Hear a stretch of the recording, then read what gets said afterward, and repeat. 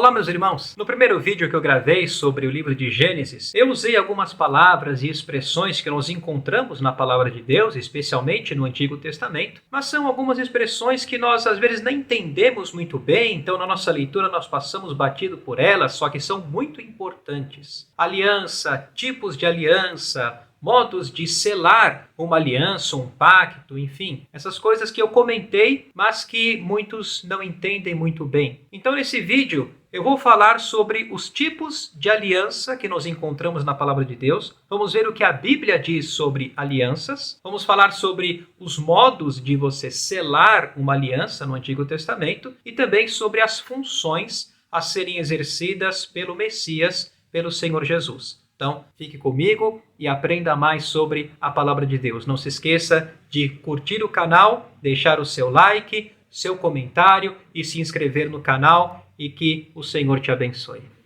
Vamos falar primeiramente sobre tipos de alianças. Na palavra de Deus nós encontramos dois tipos de alianças: aliança condicional e aliança incondicional. Falando um pouquinho sobre a aliança condicional.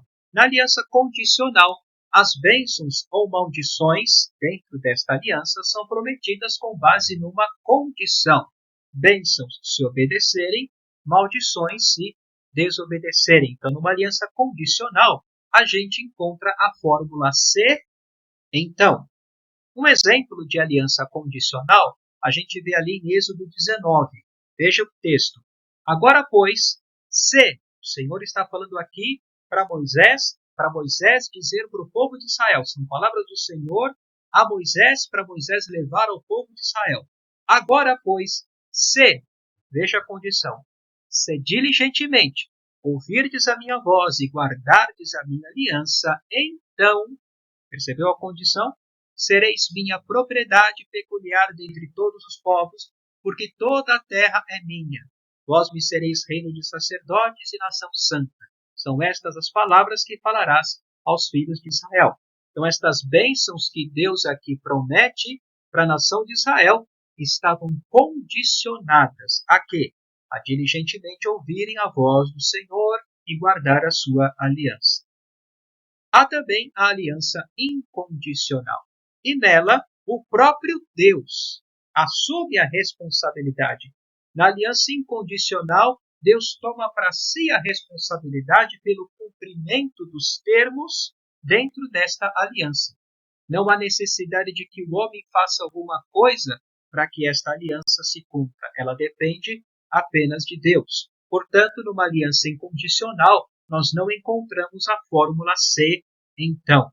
Um exemplo de aliança incondicional, nós vemos ali depois que Noé saiu da arca, junto com sua esposa, os filhos, as esposas dos filhos, e Deus ali faz uma aliança. Uma aliança que nós vamos ver que depende só do próprio Deus, não de alguma coisa que o homem tenha que fazer, mas apenas de Deus para que se cumpra. Deus disse assim: estabeleço a minha aliança convosco, não será mais destruída toda a carne por águas de dilúvio, nem mais haverá dilúvio para destruir a terra. Disse Deus: este é o sinal da minha aliança que faço entre mim e vós e entre todos os seres viventes que estão convosco para perpétuas gerações. Porém, nas nuvens o meu arco será por sinal da aliança entre mim e a terra. Então veja, não há nada que o homem precise fazer para que esta aliança se cumpra. Ela depende apenas do próprio Deus. Deus assume a responsabilidade pelo cumprimento dela. Por isso é incondicional. Vamos falar um pouco sobre modos de selar alianças, de ratificar alianças ou pactos. Na palavra de Deus nós vemos 4 modos de selar alianças: com aperto de mão, com sapato, com sal e com sangue. Vamos ver primeiro sobre aperto de mão, como é que se selava uma aliança com aperto de mão. Os participantes, aqueles que estavam fazendo esta aliança, depois de resolverem os termos da aliança, o que estava inserido nela, o que eles iam fazer, apertavam as mãos para ratificarem este acordo. Apertadas as mãos, está feito o acordo, está selado. O acordo poderia ser invalidado se um deles negasse que havia apertado a mão do outro.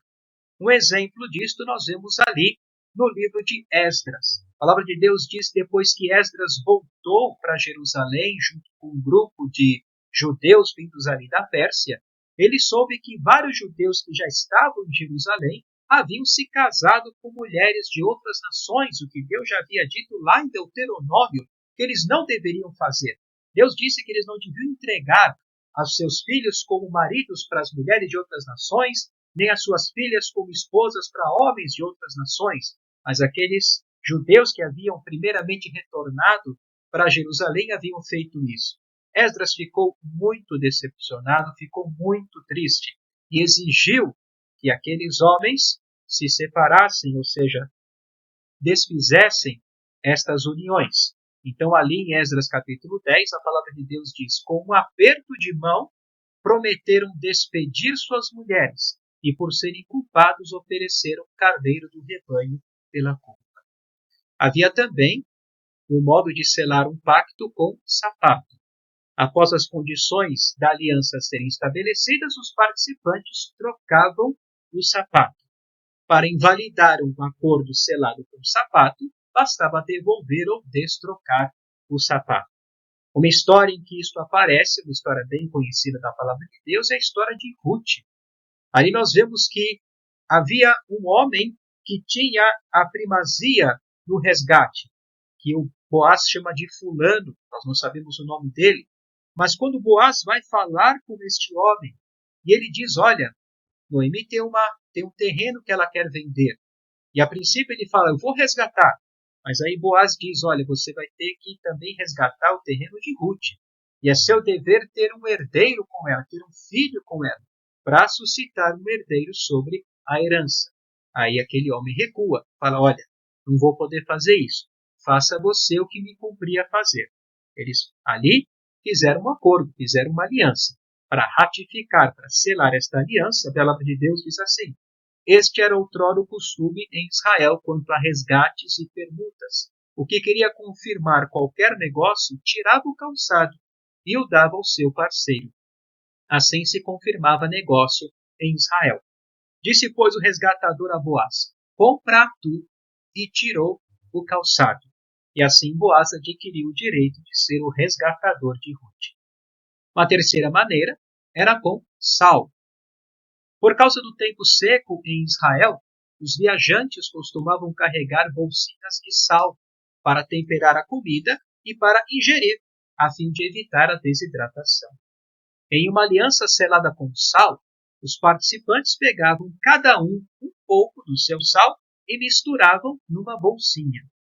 A aliança selada com sal só seria invalidada se os grãos de sal de cada um fossem separados. Você percebe que uma aliança selada com sal já era praticamente impossível de ser invalidada. Um exemplo de aliança selada com sal nós vemos no segundo livro das Crônicas. Não vos convém saber que o Senhor, Deus de Israel, deu para sempre a Davi a soberania em Israel, a ele e a seus filhos, por uma aliança de sal? Então Deus prometeu a Davi que ele teria sempre um descendente no seu trono. Uma aliança selada com sal.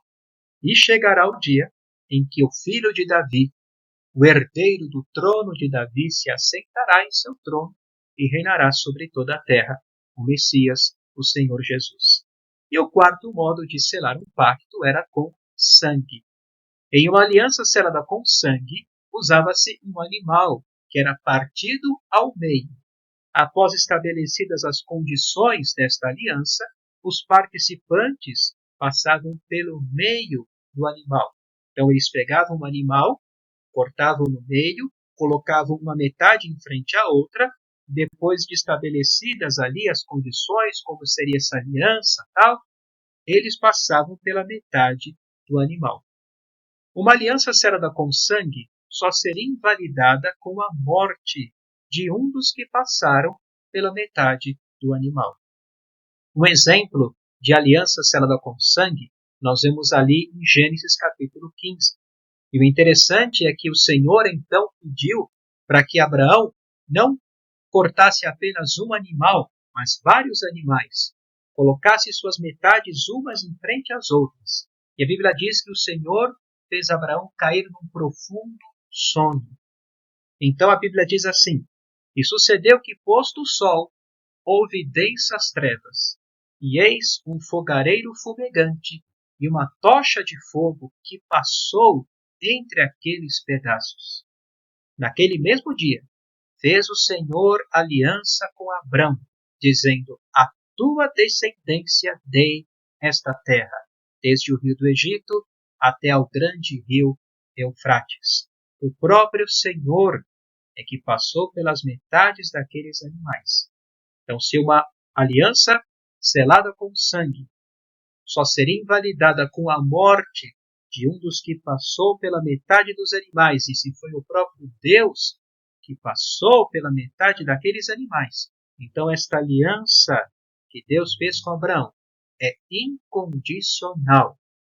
Ela é tão segura, tão firme quanto a existência do próprio Deus. Então esta aliança depende apenas de Deus para que se cumpra.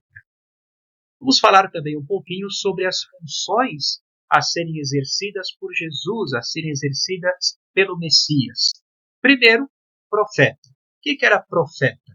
O profeta era o chamado boca de Deus, aquele que transmitia as palavras de Deus aos homens. Veja o que o Senhor Jesus disse em João capítulo 12: Porque eu não tenho falado por mim mesmo, mas o Pai que me enviou, esse me tem prescrito o que dizer e o que anunciar.